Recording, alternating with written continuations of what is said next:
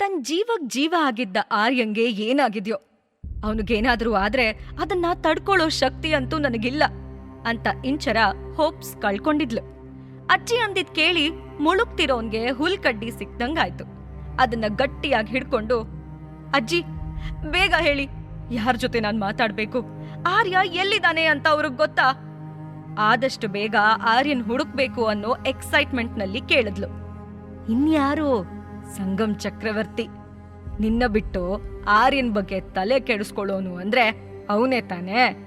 ಅವನ್ ಆರ್ಯನ್ನ ಎಷ್ಟೊಂದು ಹಚ್ಕೊಂಡಿದ್ದಾನೆ ಅನ್ನೋದು ನಿನಗ್ ಗೊತ್ತು. ಅವನು ಈ ಟೈಮ್ನಲ್ಲಿ ಹೆಲ್ಪ್ ಮಾಡೇ ಮಾಡ್ತಾನೆ ಅಂದ್ರು ಜಾನ್ಕಮ್ಮ. ಸಂಗಮ್ ಹೆಸರು ಕೇಳಿದ ತಕ್ಷಣ ಇಂಚರಾಗೆ ಇರಿಟೇಷನ್ ಶುರುವಾಯ್ತು. ಯಾರ್ ನೆರಳು ಕಂಡ್ರೆ ತನಗಾಗೋದಿಲ್ವೋ ಅವನ್ ಹೆಲ್ಪ್ ಕೇಳು ಅಂತ ಹೇಳಿದ ಅಜ್ಜಿ ಕಡೆ ದುರ್ಗುಟ್ಕೊಂಡ್ ನೋಡಿದ್ಲು. ಏನು, ಸಂಗಮ್ ಹೆಲ್ಪ್ ತಗೋಬೇಕಾ? ಆ ಮನುಷ್ಯನ್ ಹತ್ರನ? ನೆವರ್, ಕೋಪದಿಂದಲೇ ಹೇಳಿದ್ಲು. ಜಾನ್ಕಮ್ಮ ಇಂಚರಾನ ಕನ್ವಿನ್ಸ್ ಮಾಡ್ತಾ, ನನಗರ್ಥ ಆಗತ್ತೆ, ಆದ್ರೆ ಏನ್ ಮಾಡೋದು, ಬೇರೆ ದಾರಿನೇ ಇಲ್ವಲ್ಲ. ಆರ್ಯಂಗೆ ಅವನ್ ಕೂಲ್ ಅಂಕಲ್ ಅಂದ್ರೆ ಪ್ರಾಣ. ಸಂಗಮ್ ಕೂಡ ಆರ್ಯನ್ನ ತುಂಬಾನೇ ಕೇರ್ ಮಾಡ್ತಾನೆ. ಅವರಿಬ್ರು ಜೊತೆಗಿದ್ದಾಗ ನೋಡಿದ್ವಲ್ಲ, ಒಂದ್ಸಲ ಅವನ ಹತ್ರ ಮಾತಾಡ್ ನೋಡು ಅಂದ್ರು. ಆದ್ರೂ ಇಂಚರ ಇದಕ್ಕೆಲ್ಲ ಒಪ್ಪೋ ಹಾಗೆ ಕಾಣ್ಲಿಲ್ಲ. ಮತ್ತೆ ಸಂಗಮ್ ಹೆಲ್ಪ್ ತಗೊಳ್ಳೋದು, ಅವನ್ ಋಣದಲ್ಲಿ ಬೀಳೋದು ಅವಳಿಗೆ ಒಂಚೂರು ಇಷ್ಟ ಇರ್ಲಿಲ್ಲ. ಯಾಕ್ ಸುಮ್ನಿದ್ಯಾ, ಮಾತಾಡು, ನಿನಗೆ ನಿನ್ ಮಗನ್ಗಿಂತ ನಿನ್ ಹಠಾನೇ ಜಾಸ್ತಿ ಆಯ್ತಾ? ಜಾನ್ಕಮ್ಮ ಇಂಚರ ಕೈ ಹಿಡಿದು ಎಳಿತಾ ಕೇಳಿದ್ರು. ಆರ್ಯ ಈಗ ಎಲ್ಲಿದಾನು, ಹೇಗಿದಾನು, ಅವನ್ನ ಹೇಗಾದ್ರೂ ಹುಡುಕ್ಬೇಕು. ನನ್ನೊಬ್ಳಿಂದ ಅದೆಲ್ಲ ಸಾಧ್ಯ ಇಲ್ಲ. ಇದಕ್ಕೆ ಯಾರ್ದಾದ್ರೂ ಹೆಲ್ಪ್ ಬೇಕೇ ಬೇಕು ಅನ್ನೋ ಚಿಂತೆ ಕಾಡಿದ್ರು ಅವಳು ಸಂಗಮ್ ಹೆಲ್ಪ್ ತಗೊಳ್ಳೋಕ್ ಮಾತ್ರ ರೆಡಿ ಇರ್ಲಿಲ್ಲ. ಜಾನ್ಕಮ್ಮ ಇಂಚರಾನ ಹೇಗೋ ಕನ್ವಿನ್ಸ್ ಮಾಡಿ ರಿಯಾಲಿಟಿನ ಅವಳಿಗೆ ಅರ್ಥ ಮಾಡಿಸಿ ಸಂಗಮ್ನ ಕಾಂಟ್ಯಾಕ್ಟ್ ಮಾಡೋಕೆ ಒಪ್ಸಿದ್ರು. ಇಂಚರಾಗೆ ಈಗ ಬೇರೆ ದಾರಿನೇ ಇರ್ಲಿಲ್ಲ. ಬೆಳಗ್ಗೆಯಿಂದ ಸಂಜೆವರೆಗೂ ಇಂಚರ ಮತ್ತೆ ಜಾನ್ಕಮ್ಮ ಆರ್ಯನ್ನ ಹುಡುಕ್ದೇ ಇರೋ ಜಾಗ ಇರ್ಲಿಲ್ಲ. ಇಡೀ ಕೊಪ್ಪದಲ್ಲಿ ಎಲ್ಲಾ ಕಡೆ ತಮ್ಮ ಕಾಂಟ್ಯಾಕ್ಟ್ ಯೂಸ್ ಮಾಡಿ ಜಾನ್ಕಮ್ಮ ಆರ್ಯನ್ ಬಗ್ಗೆ ಸುಳಿವ್ ಸಿಗ್ಬೋದಾ ಅಂತ ಹುಡುಕ್ಸಿದ್ರು. ಸೊ ಈಗ ಇಂಚರಾಗೆ ಸಂಗಮ್ನ ಬಿಟ್ಟು ಬೇರೆ ಯಾರ ಹೆಲ್ಪ್ ಕೂಡ ಯೂಸ್ ಆಗಲ್ಲ ಅನ್ನೋದು ಸ್ಪಷ್ಟ ಆಯ್ತು. ಹಾಗೆ ಸಂಗಮ್ ಒಂದ್ಸಲ ಕೋಪದಲ್ಲಿ ತನ್ನ ಅಪಾಯಿಂಟ್ಮೆಂಟ್ ಅಷ್ಟ್ ಈಸಿಯಾಗೆ ಸಿಗಲ್ಲ ಅಂತ ಅಂದಿದ್ದು ಅವಳಿಗೆ ನೆನ್ಪಾಯ್ತು. ಆದ್ರೂ ಅವಳು ಮಗನ್ಗೋಸ್ಕರ ತನ್ ಈಗೋ ಸೈಡ್ಗಿಟ್ಟು ಸಂಗಮ್ನ ಮೀಟ್ ಮಾಡೋಕೆ ಬೆಂಗಳೂರಿಗೆ ಹೊರಟ್ಲು. Next day morning Inchara Vedya group of industries reach ಆಗಿ ಆಗ್ಲೇ 5 ಗಂಟೆ ಕಳೆದೋಗಿತ್ತು. ಸೂರ್ಯ ನೆತ್ತಿ ಮೇಲ್ ಬಂದು ಸುಡು ಸುಡು ಬಿಸಿಲು ಸ್ಟಾರ್ಟ್ ಆಗಿತ್ತು. ಗೇಟ್ ಮುಂದೆ ನಿಂತಿದ್ದ ಇಂಚರ, ಸಂಗಮ್ ಎಷ್ಟೊತ್ತಿಗೆ ಬರ್ತಾನೋ ಏನೋ, ನಾನ್ ಯಾರನ್ನ ವಿಚಾರಿಸೋದು, ಒಳಗಡೆ ಹೇಗ್ ಹೋಗೋದು, ಸೆಕ್ಯೂರಿಟಿ ಬೇರೆ ಒಳಗ್ ಹೋಗೋಕ್ ಬಿಡ್ತಿಲ್ಲ ಅಂತ ಅವಳಿಗೆ ಟೆನ್ಷನ್ ಆಯ್ತು. ಅಷ್ಟ್ರಲ್ಲಿ ಆಫೀಸ್ ಕಡೆ ಒಂದ್ ಕಾರ್ ಜೋರಾಗಿ ಹಾರ್ನ್ ಮಾಡ್ತಾ ಗೇಟ್ ಹತ್ರ ಬಂತು. ಸೆಕ್ಯೂರಿಟಿ ಗೇಟ್ ಓಪನ್ ಮಾಡೋಕ್ ಹೋದ. ಇಂಚರ ಗಮನ ಆ ಕಡೆ ಹೋಯ್ತು. ಆ ಕಾರ್ ನೋಡಿದ ತಕ್ಷಣ ಅವಳಿಗೆ ಇದನ್ನ ಎಲ್ಲೋ ನೋಡಿದಿನಲ್ಲ ಅನ್ನಿಸ್ತು. ಮತ್ ಸ್ವಲ್ಪ ತಲೆ ಕೆಲ್ಸ ಕೊಟ್ಮೇಲೆ, ಇದೇ ಕಾರ್ನಲ್ ತಾನೆ ಸಂಗಮ್ ಏರ್ಪೋರ್ಟ್ ನಿಂದ ನನ್ನ ಆರ್ಯನ್ನ ಕರ್ಕೊಂಡ್ ಬಂದಿದ್ದು, ಹಾಗಿದ್ರೆ ಇದು ಅವಂದೇ ಕಾರ್. ಅವಳಿಗೆ ರೊಟ್ಟಿ ಜಾರಿ ತುಪ್ಪಕ್ ಬಿದ್ದ ಹಾಗಾಯ್ತು. ಇನ್ನು ನಾನು ಇಲ್ಲೇ ಇದ್ರೆ ಸಂಗಮ್ ಒಳಗಡೆ ಹೊರಟೇ ಬಿಡ್ತಾನೆ, ಆಮೇಲೆ ನನ್ ಕೈಗ್ ಸಿಗಲ್ಲ ಅನ್ಕೊಂಡು ಕಾರ್ ಹತ್ರ ಓಡ್ ಹೋದ್ಲು. ಕಾರ್ ಗೇಟ್ ದಾಟಿ ಮುಂದಕ್ಕೆ ಹೋಗ್ತಿದ್ದ ಹಾಗೆ ಇಂಚರ ಅದ್ರ ಎದುರು ಹೋಗಿ 2 ಕೈ ಬಿಡಿಸಿ ನಿಲ್ಸಿ ಅನ್ನೋ ಹಾಗೆ ನಿಂತ್ಕೊಂಡ್ಲು. ಡ್ರೈವರ್ ಸಡನ್ ಆಗಿ ಬ್ರೇಕ್ ಹಾಕ್ದ. ತನ್ನ ಲ್ಯಾಪ್ಟಾಪ್ ಓಪನ್ ಮಾಡ್ಕೊಂಡು ಹಿಂದಿನ ಸೀಟ್ನಲ್ಲಿ ಕೂತಿದ್ದ ಸಂಗಮ್, ಏನಾಯ್ತು, ಯಾಕೆ ಕಾರ್ ನಿಲ್ಸ್ದೆ ಅಂತ ಕೇಳ್ದ. ಸರ್, ಯಾರೋ ಹೆಂಗ್ಸೋ ಕಾರಿಗೆ ಅಡ್ಡವಾಗಿ ನಿಂತು ಬಿಟ್ಟಿದ್ದಾಳೆ, ಯಾರು ಅಂತ ನಾನು ಹೋಗಿ ವಿಚಾರಿಸ್ಕೊಂಡ್ ಬರ್ತೀನಿ ಅಂತ ಹೇಳಿ ಡ್ರೈವರ್ ಕಾರ್ ಸೈಡಲ್ಲಿ ಪಾರ್ಕ್ ಮಾಡಿ ಕಾರಿಂದ ಇಳಿದು ಹೋದ. ಇಂಚರ ಇನ್ನೂ ಅಲ್ಲೇ ನಿಂತಿದ್ಲು. ಅವಳು ನೋಡಿದ ತಕ್ಷಣ ಗರಂ ಆಗಿದ್ದ ಡ್ರೈವರ್, ನಿಮಗ್ ಸಾಯೋಕೆ ನಮ್ ಕಾರೇ ಬೇಕಿತ್ತಾ? ತಲೆಗಿಲೆ ಏನಾದ್ರೂ ಕೆಟ್ಟಿದ್ಯಾ? ಏನಾದ್ರೂ ಹೆಚ್ಚು ಕಮ್ಮಿ ಆಗಿದ್ರೆ ಅಂತ ಜೋರಾಗಿ ಬೈದ್ಬಿಟ್ಟ. ಇಂಚರ ಒಂದ್ ಹೆಜ್ಜೆ ಮುಂದೆ ಬಂದು, ಐ ಆಮ್ ಸಾರಿ, ನನ್ಗೊಂದು ಹೆಲ್ಪ್ ಮಾಡ್ತೀರಾ ಪ್ಲೀಸ್? ನಿಮ್ ಬಾಸ್ನ ನಾನ್ ಮೀಟ್ ಮಾಡ್ಬೇಕು, ಜಸ್ಟ್ 2 ಮಿನಿಟ್ಸ್ ಅಷ್ಟೇ ಪ್ಲೀಸ್ ಅಂತ ಡ್ರೈವರ್ನ ಬೇಡ್ಕೊಂಡ್ಲು. ನೆತ್ತಿ ಮೇಲೆ ಬಿಸಿಲು ಸುಡ್ತಾ ಇತ್ತು. ಇಂಚರ ಬೆವರಿ ಒದ್ದೆ ಆಗಿದ್ಲು. ಮುಖ ಕಪ್ಪಗೆ ತುಂಬಾ ಟೈರ್ಡ್ ಆಗಿರೋ ಹಾಗೆ ಕಾಣಿಸ್ತಿದ್ಲು. ಅವಳು ನೋಡಿ ಒಂದು ಕ್ಷಣ ಡ್ರೈವರ್ಗೂ ಪಾಪ ಅನ್ನಿಸ್ತು. ಅವನ್ ತಲೆ ಆಡ್ಸಿ ಕಾರ್ ಹತ್ರ ಬಂದು ವಿಂಡೋ ನಾಕ್ ಮಾಡ್ದ. ಸಂಗಮ್ ಗ್ಲಾಸ್ ಇಳಿಸಿ ಲ್ಯಾಪ್ಟಾಪ್ ಮುಚ್ತಾ, ಏನು ಯಾರ ಹೆಂಗಸು ಅಂತ ಕೇಳ್ದ. ಸರ್, ಆ ಮೇಡಮ್ಗೆ ನಿಮ್ಮ ಹತ್ರ ಮಾತಾಡ್ಬೇಕಂತೆ. ಪಾಪ ಸುಸ್ತಾಗಿರೋ ಹಾಗೆ ಕಾಣಿಸ್ತಿದ್ದಾರೆ. ತುಂಬ ಹೊತ್ತಿಂದ ನಿಮಗೆ ಅಂತ ವೇಟ್ ಮಾಡ್ತಿದ್ದಾರೆ ಅನ್ಸುತ್ತೆ. ಅವ್ರ ಹತ್ರ ಮಾತಾಡ್ತೀರಾ? ಡ್ರೈವರ್ ವಾಯ್ಸ್ ರಿಕ್ವೆಸ್ಟ್ ಮಾಡೋ ಥರ ಇತ್ತು. ಮೊದಲೇ ಸುಸ್ತಾಗಿದ್ದ ಇಂಚರಾಗೆ ಬಿಸಿಲಲ್ಲಿ ಇನ್ನೂ ಜಾಸ್ತಿ ಹೊತ್ತು ನಿಲ್ಲೋಕಾಗ್ಲಿಲ್ಲ. ಅವಳು ಅಲ್ಲೇ ಒಂದು ಮರದ ಕೆಳಗಡೆ ನಿಂತು ತನ್ನ ಬ್ಯಾಗಲ್ಲಿದ್ದ ವಾಟರ್ ಬಾಟಲ್ನಿಂದ ನೀರು ಕುಡಿದು ಸುಧಾರಿಸ್ಕೊಂಡ್ಳು. ಯಾರಿರ್ಬೋದು ಅಂತ ಕ್ಯೂರಿಯಾಸಿಟಿಲಿ ಸಂಗಮ್ ಪೂರ್ತಿ ವಿಂಡೋ ಓಪನ್ ಮಾಡಿ ನೋಡಿದಾಗ ಅಲ್ಲಿ ಯಾರೂ ಕಾಣಲಿಲ್ಲ. ಅವಳು ಯಾರಾಗಿರ್ಬೋದು? ನನಗೋಸ್ಕರ ಯಾಕೆ ವೇಟ್ ಮಾಡ್ತಿದ್ದಾಳೆ? ನನ್ನಿಂದ ಏನಾಗಬೇಕು ಅಂತ ಟೋಟಲಿ ಕನ್ಫ್ಯೂಸ್ ಆದ. ಓಕೆ, ಆ ಹೆಂಗಸು ಈಗ ಎಲ್ಲಿದ್ದಾಳೆ?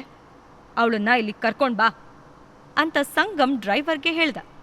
ಅವನು ಅದಕ್ಕೆ ಕಾಯ್ತಿದ್ನೇನೋ ಅನ್ನೋ ಹಾಗೆ ಇಂಚರಾನ್ ಹುಡ್ಕೊಂಡು ಹೋದ.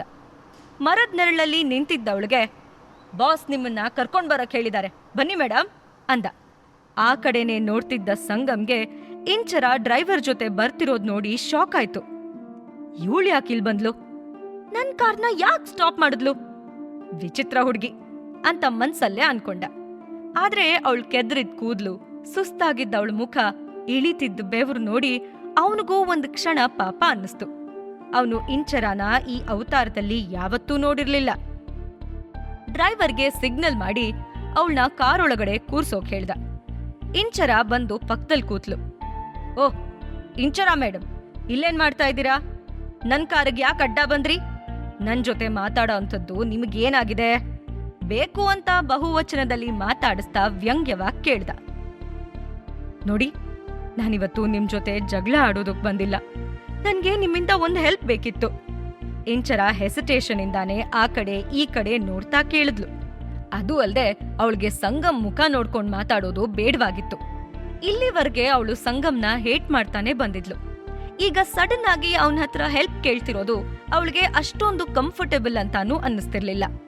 ಆದ್ರೂ ಈಗ ತಾನ್ ಇರೋ ಸ್ಥಿತಿಲಿ ತನಗ್ ಸಹಾಯ ಮಾಡೋಕಾಗೋದು ಸಂಗಮ್ಗಷ್ಟೇ ಅಂತ ತನ್ನ ಈಗೋ, ಹೆಸಿಟೇಷನ್ ಎಲ್ಲಾನು ಸೈಡ್ಗಿಟ್ಟು ಅವನನ್ನ ಮಾತಾಡ್ಸಿದ್ಲು. ಇಂಚರ ವೇಷ, ಬದಲಾಗಿರೋ ಆಟಿಟ್ಯೂಡ್, ಅವಳು ಮಾತಾಡ್ತಿರೋ ರೀತಿ ನೋಡಿದಾಗ ಮೊನ್ನೆ ಅಷ್ಟೇ ನನ್ ಜೊತೆ ಅಷ್ಟೊಂದು ಹಾರ್ಶ್ ಆಗಿ ಆಟಿಟ್ಯೂಡ್ ತೋರಿಸ್ತಾ ಮಾತಾಡ್ತಾ ಇದ್ದವಳು ಇವಳೇನಾ ಅಂತ ಸಂಗಮ್ಗನ್ನಿಸ್ತು. ಏನು, ನೀನು ನನ್ನ ಹೆಲ್ಪ್ ಕೇಳ್ತಿದ್ಯಾ? ತಮಾಷೆ ಮಾಡ್ತಿಲ್ಲ ತಾನೆ ಅಂತ ಜೋರಾಗಿ ಹೇಳಿ ನಗೋಕ್ ಶುರು ಮಾಡ್ದ. ಮೊನ್ನೆವರೆಗೂ ನನ್ ಜೊತೆ ಜಗಳ ಕಾಯ್ತಿದ್ದೆ, ಮಾತ್ಗೂ ಉರ್ದು ಬೀಳ್ತಿದ್ದೆ. ಈಗ ನನ್ನ ಹೆಲ್ಪ್ ಕೇಳೋಕ್ ಬಂದಿದ್ದಾಳಲ್ಲ. ಅವಳು ತನಗ್ ಮಾಡಿರೋ ಅವಮಾನದ ರಿವೆಂಜ್ ತಗೊಳೋಕೆ ಇದು ಬೆಸ್ಟ್ ಟೈಮ್ ಅಂತ ಅವಳನ್ನ ಉರ್ಸೋಕ್ ಸಿಕ್ಕಿರೋ ಅವಕಾಶನ ಮಿಸ್ ಮಾಡ್ಕೊಳ್ದೆ ಹೀಗೆ ಬಿಹೇವ್ ಮಾಡ್ದ. ಸಂಗಮ್ ಬಿಹೇವಿಯರ್ ಇಂದ ಇಂಚರ ಮುಖಕ್ಕೆ ಹೊಡೆದಾಗಾಯ್ತು. ಆದ್ರೂ ತನ್ನಂತಾನು ಕಂಟ್ರೋಲ್ ಮಾಡ್ಕೊಂಡು, ನನ್ ಮಗ ಆರ್ಯ ಕಾಣಿಸ್ತಿಲ್ಲ, ಎಲ್ಲ ಕಡೆ ಹುಡುಕ್ತೆ, ಆದ್ರೂ ಸಿಗ್ಲಿಲ್ಲ. ಅವನನ್ನ ಪತ್ತೆ ಮಾಡೋಕೆ ನಿಮ್ ಹೆಲ್ಪ್ ಬೇಕು. ಏನ್ ಹೇಳ್ಬೇಕು ಅಂತ ಇಲ್ಲಿವರೆಗೂ ಬಂದಿದ್ಲೋ ಅದನ್ನ ಒಂದೇ ಉಸ್ರಲ್ಲಿ ಹೇಳ್ಮುಗ್ಸಿದ್ಲು. ಆದ್ರೆ ಹಾಸ್ಪಿಟಲ್ಗೆ ತನ್ನ ಚಿಕ್ಕಮ್ಮ ವನಜಾಕ್ಷಿ ಬಂದ ಹೆಲ್ಪ್ ಕೇಳಿದ್ರ ಬಗ್ಗೆ, ಆರ್ಯನ್ ಕಿಡ್ನಾಪ್ ಹಿಂದೆ ಇವ್ರದೇ ಏನಾದ್ರೂ ಕೈವಾಡ ಇದೆಯೋ ಅನ್ನೋ ಅನುಮಾನದ ಬಗ್ಗೆ ಸಂಗಮ್ ಎದುರು ಡಿಸ್ಕಸ್ ಮಾಡ್ದೆ ಸುಮ್ನಿದ್ಲು. ನಮ್ ಫ್ಯಾಮಿಲಿ ಮ್ಯಾಟರ್ ಇವನ್ ಮುಂದೆ ಹೇಳ್ಕೊಳ್ಳೋದು ಯಾಕೆ ಅಂತ ಅವಳಿಗನ್ನಿಸ್ತು. ಆರ್ಯನ್ ಹೆಸರು ಕೇಳಿದ ತಕ್ಷಣ ಸಂಗಮ್ ಫೇಸ್ ಮೇಲಿದ್ದ ನಗು ಮಾಯ ಆಗಿ ಅಲ್ಲಿ ಟೆನ್ಷನ್, ಭಯ ಕಾಣಿಸ್ತು. ಏನ್ ಹೇಳ್ತಿದ್ಯಾ ನೀನು? ಆರ್ಯ ಕಾಣಿಸ್ತಿಲ್ವಾ ಅಂತ ಅವನ್ ಮತ್ತೊಮ್ಮೆ ಕನ್ಫರ್ಮ್ ಮಾಡ್ಕೊಳ್ಳೋಕೆ ಕೇಳ್ದ. ಅವನ್ಗೆ ಇಂಚರ ಮೇಲೆ ಕೋಪಾನು ಬಂತು. ಮಗನ್ನ ನೋಡ್ಕೊಳಕ್ ಆಗಲ್ಲ ಅಂದ್ರೆ ಅವನನ್ನ ಯಾಕೆ ಹೆತ್ತೆ? Irresponsible fellow. ಫಸ್ಟ್ ಟೈಮ್ ನೋಡ್ದಾಗ್ಲೇ ನಿನಗೆ ನಿನ್ ಮಗನ್ನ ನೋಡ್ಕೊಳಕ್ ಬರಲ್ಲ ಅನ್ನೋದು ನನಗೆ ಅರ್ಥ ಆಗಿತ್ತು. ಆಫ್ಟರ್ ಆಲ್ ಆ ಚಿಕ್ಕ ಮಗನ್ನ ಕಾಪಾಡ್ಕೊಳಕ್ಕೂ ಆಗಲ್ಲ ಅಂದ್ರೆ ಅವನ್ನ ನೀನ್ ಇಲ್ಲಿವರೆಗೂ ಹೇಗ್ ಸಾಕುದ್ಯೋ ಅಂತ ಡೈರೆಕ್ಟ್ ಆಗಿ ಇಂಚರಾಗೆ ತಾಗೋ ಹಾಗೆ ಚುಚ್ಚಿ ಹೇಳ್ದ. ಅವನು ಇದನ್ನೆಲ್ಲ ಬೇಕು ಅಂತ ಹೇಳಿಲ್ಲ.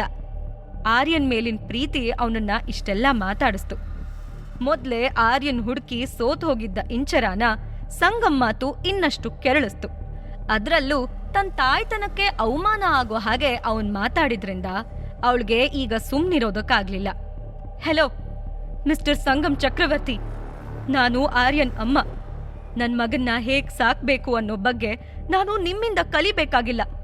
ಅಷ್ಟಕ್ಕೂ ಮದರ್ಹುಡ್ ಅಂದ್ರೆ ಏನು ಅನ್ನೋದು ನಿಮಗ್ ಗೊತ್ತಾ ಆದ್ರೆ ಹಿಂದಿನ ಸ್ಯಾಕ್ರಿಫೈಸ್, ಅವಳು ಪಡೋ ಕಷ್ಟಗಳೇನು ಅನ್ನೋದನ್ನ ನೀವು ತಿಳ್ಕೊಂಡಿದ್ದೀರಾ. ಇದೆಲ್ಲ ಗೊತ್ತಿದ್ರೆ ನೀವು ನನ್ನ ಹತ್ರ ಇಂಥ ಮಾತು ಆಡ್ತಾನೆ ಇರಲಿಲ್ಲ. ಸೊ ನಾನು ನನ್ನ ಮಗನ್ನ ಚೆನ್ನಾಗಿ ನೋಡ್ಕೊಂಡಿದ್ದೀನಿ ಅನ್ನೋದನ್ನ ಪ್ರೂವ್ ಮಾಡೋ ನೀಡ್ ನನಗಿಲ್ಲ ಅಂದ್ಲು. ಆ ಕ್ಷಣ ಅವಳಿಗೆ ತಾನು ಸಂಗಮ್ ಹತ್ರ ಹೆಲ್ಪ್ ಕೇಳೋಕ್ ಬಂದಿದ್ದೀನಿ ಅನ್ನೋದೇ ಮರ್ತು ಹೋಯ್ತು. ಸಂಗಮ್ಗೆ ಇದೆಲ್ಲ ಅರ್ಥ ಆಗ್ತಾ ಇದ್ರು ಅದನ್ನ ಒಪ್ಕೊಂಡು ಇಂಚರ ಎದುರು ಸಣ್ಣವನ್ ಥರ ಅನ್ನಿಸ್ಕೊಳ್ಳೋದು ಅವನಿಗೆ ಇಷ್ಟ ಇರಲಿಲ್ಲ. ಅದೆಲ್ಲ ಹೌದು, ಆದ್ರೆ ನೀನು ಈಗ ಅನುಭವಿಸ್ತಿರೋ ನೋವಿಗೆ ಕಾರಣ ನಿನ್ ನೆಗ್ಲಿಜೆನ್ಸಿ ತಾನೆ. ಎಲ್ಲ ಆದ್ಮೇಲೆ ನಾನ್ ಗ್ರೇಟ್ ಮದರ್ ಅಂತ ಕೊಚ್ಕೊಂಡ್ರೆ ಏನ್ ಬಂತು? ಅಷ್ಟ್ ಪುಟ್ಟ ಹುಡ್ಗ ಮಿಸ್ ಆಗಿದ್ದು ನಿನ್ ಕೇರ್ಲೆಸ್ ಬಿಹೇವಿಯರ್ ಇಂದ. ಈಗ್ಲಾದ್ರೂ ನಿನಗೆ ನೀನ್ ಎಷ್ಟು ಬ್ಯಾಡ್ ಮದರ್ ಅನ್ನೋದು ಅರ್ಥ ಆಗ್ಬೇಕು. ಸಂಗಮ್ ಇಂಚರ ಕಡೆ ಬೆರಳು ಮಾಡಿ ತೋರಿಸ್ತಾ ಹೇಳ್ದ. ಇಂಚರಾಗೆ ಈಗ ಸುಮ್ನಿರೋಕಾಗ್ಲಿಲ್ಲ. ಇಷ್ಟೊತ್ತು ಅವಳು ಏನೇನೋ ಮಾಡಿ ತನ್ನಂತಾನು ಕಂಟ್ರೋಲ್ ಮಾಡ್ಕೊಂಡಿದ್ಲು. ಆದ್ರೆ ಈಗ ಸಂಗಮ್ ಹೀಗಂದಿದ್ದು ಅವಳ ಪೇಷನ್ಸ್ ಕಳ್ಕೊಳ್ಳೋ ಹಾಗೆ ಮಾಡ್ತು. Shut up, just shut up. ನನ್ ಮದರ್ಹುಡ್ ಬಗ್ಗೆ ಒಂದ್ ಮಾತಂದ್ರೂ ನನ್ನಿಂದ ಸಹಿಸ್ಕೊಳ್ಳೋಕಾಗಲ್ಲ. ಆರ್ಯನ್ ಬೆಳ್ಸೋಕೆ ಸಿಂಗಲ್ ಮದರ್ ಆಗಿ ನಾನ್ ಎಷ್ಟ್ ಕಷ್ಟಪಟ್ಟಿದ್ದೀನಿ ಅನ್ನೋದು ನಿಮಗೇನ್ ಗೊತ್ತು? ನಿಮ್ಮ ಹತ್ರ ಹೆಲ್ಪ್ ಕೇಳ್ಕೊಂಡ್ ಬಂದಿದ್ದೀನಲ್ಲ, ನನಗ್ ಬುದ್ಧಿ ಇಲ್ಲ. ಅಜ್ಜಿ ಮಾತ್ ಕೇಳಿ ನಾನು ತಪ್ಪು ಮಾಡಿದೆ. ನಿಮ್ದು ಕಲ್ಲು ಹೃದಯ ಅನ್ನೋದು ಈಗ ನನಗೆ ಚೆನ್ನಾಗ್ ಅರ್ಥ ಆಯ್ತು. ಆರ್ಯ ನಿಮ್ಮನ್ನ ಅವನ್ ಸ್ವಂತ ಅಪ್ಪ ಅನ್ನೋ ಹಾಗೆ ಟ್ರೀಟ್ ಮಾಡ್ತಿದ್ದ. ಅವನು ನಿಮ್ಮೇಲ್ ತೋರ್ಸಿದ ಪ್ರೀತಿಗೆ ನೀವ್ ಕೊಡ್ತಿರೋ ಗಿಫ್ಟ್ ಇದೆ ಅಲ್ವಾ? ಇಂಚರ ಪಟ್ಪಟ ಅಂತ ಒಂದೇ ಸಮನೆ ತನ್ನ ಸಿಟ್ಟನ್ನೆಲ್ಲ ಹೊರಗಡೆ ಹಾಕ್ತಾನೇ ಇದ್ಲು. ಅವಳಂದಿದ್ದು ತನಗೆ ನಾಟೇ ಇಲ್ವೇನೋ ಅನ್ನೋ ಹಾಗೆ ಸಂಗಮ್, ನಾನು ಅಷ್ಟು ಕಲ್ಮನ್ಸ್ನವನಾಗಿದ್ದಿದ್ರೆ ನನ್ನ ಹತ್ರ ಹೆಲ್ಪ್ ಯಾಕೆ ಕೇಳೋಕ್ ಬಂದೆ? ನಿನ್ ಜೊತೆ ಮಾತಾಡ್ಕೊಂಡಿರೋದಕ್ಕೆ ನನಗೆ ಟೈಮ್ ಇಲ್ಲ, ನೀನ್ ಹೋಗ್ಬೋದು ಅಂತಂದು ತನ್ನ ಕೈಯಲ್ಲಿದ್ದ ಲ್ಯಾಪ್ಟಾಪ್ ಓಪನ್ ಮಾಡ್ದ. ಸಂಗಮ್ ಇಷ್ಟೆಲ್ಲ ಹೇಳಿದ್ಮೇಲೂ ಮತ್ತೆ ಅಲ್ಲಿ 1 ಸೆಕೆಂಡ್ ನಿಲ್ಲೋದಕ್ಕೂ ಇಂಚರಾಗ್ಲಿಲ್ಲ. ಅವಳು ಕೋಪದಲ್ಲೇ ಎದ್ದು ಡೋರ್ ಓಪನ್ ಮಾಡಿ ಕಾರಿಂದ ಹೊರಗಡೆ ಬಂದ್ಲು. ಆರ್ಯ ಮಿಸ್ ಆಗಿದ್ದಾನೆ ಅನ್ನೋದು ಗೊತ್ತಾದ್ಮೇಲೂ ಸಂಗಮ್ ಆಟಿಟ್ಯೂಡ್ನ ಅವಳಿಗೆ ಡೈಜೆಸ್ಟ್ ಮಾಡ್ಕೊಳ್ಳೋಕಾಗ್ಲಿಲ್ಲ. ಈ ಸಿಚುವೇಶನ್ ಅಲ್ಲಿ ತಾನು ಇಷ್ಟೆಲ್ಲ ಕೇಳ್ಬೇಕಾಯ್ತಲ್ಲ ಅನ್ನೋ ಅಸಹಾಯಕತೆ ಕಡೆ ಹೊರಟು ಹೋದ್ಮೇಲೆ ಸಂಗಮ್ ತನ್ನ ಮೊಬೈಲ್ನಿಂದ ಯಾರಿಗೋ ಕಾಲ್ ಮಾಡ್ದ. ಹಲೋ, ನಾನು ನಿಮಗೆ ಈಗ ಒಂದು ಹುಡುಗನ ಫೋಟೋ ಕಳಿಸ್ತೀನಿ. ಅವನು ಮಿಸ್ ಆಗಿದ್ದಾನೆ. ನಿಮಗೆ 24 ಅವರ್ಸ್ ಟೈಮ್ ಕೊಡ್ತೀನಿ. ಅಷ್ಟರೊಳಗೆ ನೀವು ಆ ಹುಡುಗನ್ನ ಹುಡುಕಿ ನನ್ನ ಎದುರುಗಡೆಗೆ ತಂದು ನಿಲ್ಲಿಸ್ಬೇಕು ಅಂತ ಆ ಕಡೆ ಇರೋ ಪರ್ಸನ್ಗೆ ಸ್ಟ್ರಿಕ್ಟ್ ಆಗಿ ಹೇಳ್ದ. Okay sir. ಆ ಕಡೆಯಿಂದ ಗಡ್ಸಾದ ವಾಯ್ಸ್ ಕೇಳಿಸ್ತು. ಪಾಕೆಟ್ ಎಫ್ಎಂ ಆಡಿಯೋ ಸೀರೀಸ್ ಆದಂಥ ಪ್ರೇಮಲೋಕ ಕಥೆನ ಈಗಲೇ ಕೇಳಿ. ಲಿಂಕ್ ಡಿಸ್ಕ್ರಿಪ್ಷನ್ ನಲ್ಲಿ ಇದೆ.